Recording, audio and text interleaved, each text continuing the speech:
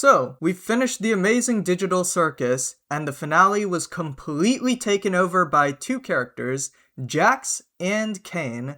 Both of them received lengthy sequences delving deep into their characters and development, and if you wanted to know why, Gooseworx pretty much answered it on Tumblr. SkaterGamer69 asked, "What character from TADC do you relate to the most?" Gooseworx responded, "Jax and Caine are modeled after my own character flaws.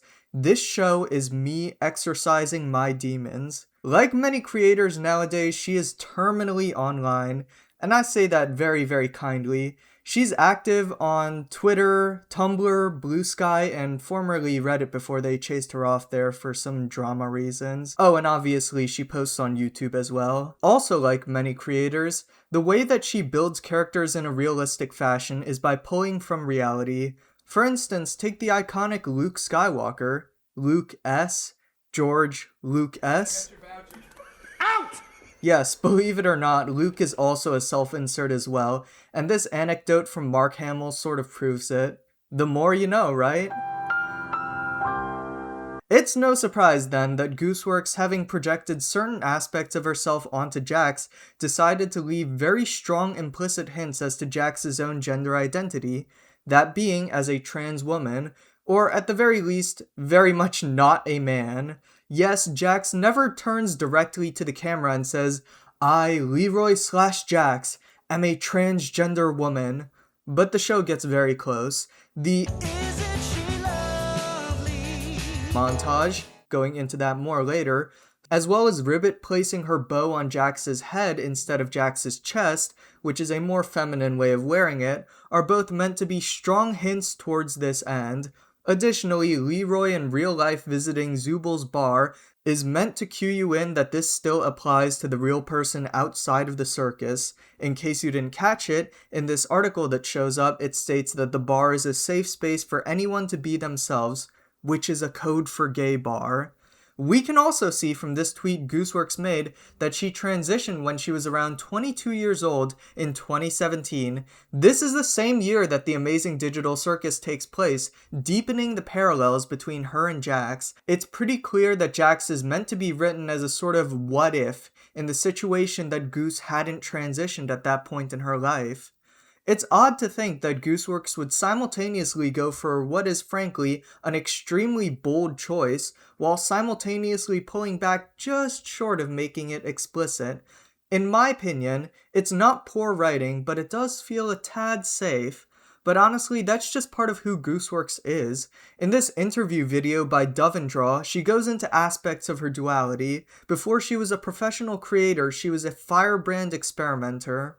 Because I'll have just like a bulleted list, and a lot of it I decide in the animation, and I always leave myself up for changes because I never know when I'm going to think of something that would be more interesting or something that I like more, which is a problem when working with other people because obviously they don't want everything to just change all of a sudden. And yet, despite that, as she grew into a professional creator, she learned to temper her most impulsive patterns. She learned to work within and lead a team with a steady vision, as can be seen from this clip. I really like experimenting, and I really don't want to inconvenience people who are working for me by experimenting. I believe that this might be the reason why she chose to go about things the way she did. She wanted to tell the story that she wanted to tell, while also being considerate of the people who allowed her to make it in the high-budget way that she wanted. And make no mistake, the Amazing Digital Circus is high-budget. It's not the type of thing that a single creator could pull off on their own.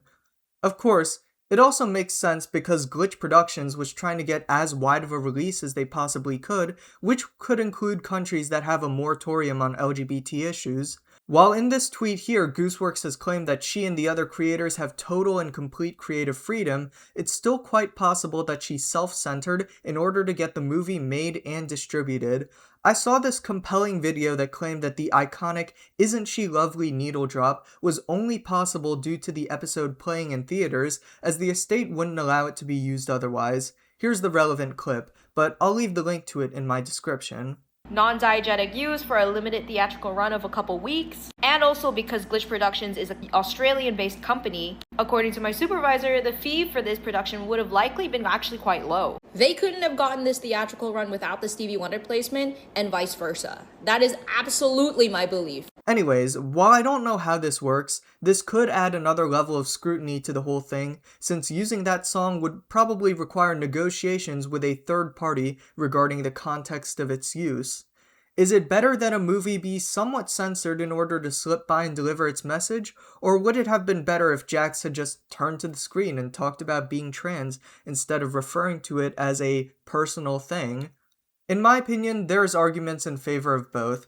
I can say for certain that I've seen people willfully ignoring the very blatant subtext of the film, but I've also seen people who just get it. Honestly speaking, the former is a big issue. I know the Amazing Digital Circus has a very young audience, but it's still very difficult to see people not understanding certain things. It's very possible to say something without saying it. If you have a song called Isn't She Lovely, playing over a character that has other hints of being a trans woman, then yes, it is intended to imply that this character is trans. If a bar is called a safe space where anyone can be what they are, that means it's a gay bar, etc., etc., etc. But perhaps this is the reason why Gooseworx has managed to maintain such a large normie audience despite LGBT issues ostensibly being a massive splitting point worldwide. And possibly one of the funniest parts of the circumstances surrounding this movie is seeing a grifter make a transphobic tweet about Gooseworx and their right-wing audience actually blasting them for it.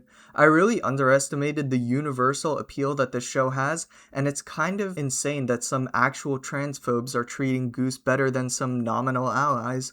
Of course, it doesn't necessarily make them better people, but it's still an example of dramatic irony. On to the second character who sucked up runtime, Caine. I've seen people complain that he was redeemed while Jax wasn't, given that the magnitude of his crimes was far greater. While I understand and sympathize with this point of view, Gooseworx just has a different value system in the show, and sometimes she doesn't have a value system at all. Not necessarily in a bad way. Here, she explains it better in this clip talking about her first cartoon, Little Runmo. It kind of just developed as I was making it, because I originally wanted it to just kind of metaphor the jump that he gets over. It's sometimes the most effective way to move forward is to do something really difficult. The more I design the characters and stuff, I'm just like, this doesn't need a moral. This can just be fun and weird. Fundamentally, the difference between Caine and Jax is that Caine was willing to change after hitting rock bottom and Jax wasn't. That might not be how it works in real life, but in this story, it's more important to be willing to change than it is to have done something that wasn't that bad in the first place. There's no room for grudges when everything you have is located in a small circus and when the loss of even one person takes the entire group closer to the brink. Caine was horrible to them, no doubt, but even he can be redeemed if only he takes the steps to realize it. To be honest, it's kind of a very Christian theme. Honestly, I said that as a joke at first, but then I remembered that Caine was named after the first sinner, Cain, and then Jax is named after, one of the 12 disciples, John, so maybe there actually is something to this whole Christian thing. Honestly speaking, I can't really dive into it right now, but it's definitely something that I should be considering in the future, and definitely you should leave your comments down below and see what you think as well. You could say that Digital Circus is the first show to be controversial by being both boldly LGBT and boldly Christian at the same time, but that's honestly a jokey way of putting it. And the theme of forgiveness in this case isn't inherently Christian. In fact, it's honestly more absurdist in this context. Regardless, Caine was able to be redeemed because he chose to be redeemed. Jax was irredeemable because he chose to not be redeemed. The message of Digital Circus isn't that redemptiveness is something that exists based on your crimes, but rather purely on your willingness to be forgiven. Now, I've seen people saying that Caine got too much time, but also, oddly enough, that he got too little time, like this Reddit screenshot from the movie discussion thread, and in general, that's the sentiment I've seen a lot, where people wanted X and Y to happen. I'm sorry guys, that's just not how it works. Side characters are side characters. Kinger is a side character whose purpose is to exposit lore and provide occasional good advice. Zooble is a side character whose purpose is to foil with Jax and piss off Caine. Ragatha is a side character whose purpose is to have her unhealthy bonding contrast with Pomni's better, healthier way of leading the group, and they all did get development through the episodes. You may not be happy with how much development they got, but they did get it. And I'm not saying it couldn't have been done better, but it didn't make it worse to not have, say, a Kinger and Jax conversation. Now, to talk about something I did think was a flaw before we end this off, Jax's off-screen abstraction. I think it was a mistake to have it totally off-screen. It felt a bit contrived to make the plot of the story happen, but at the same time, showing it would have just been a rehash of the almost abstraction earlier, so I don't blame them for not doing it. I also thought that the abstraction eye fillers combined with the buzzing during the flashback sequence felt like something from YouTube Shorts. I think it really should have been done less. Those two things aside, I thought that the finale was overall good and it stuck the landing. I think the next thing I'll end up reviewing is Supergirl or Spider-Man, so if you're interested in that, maybe consider sticking around.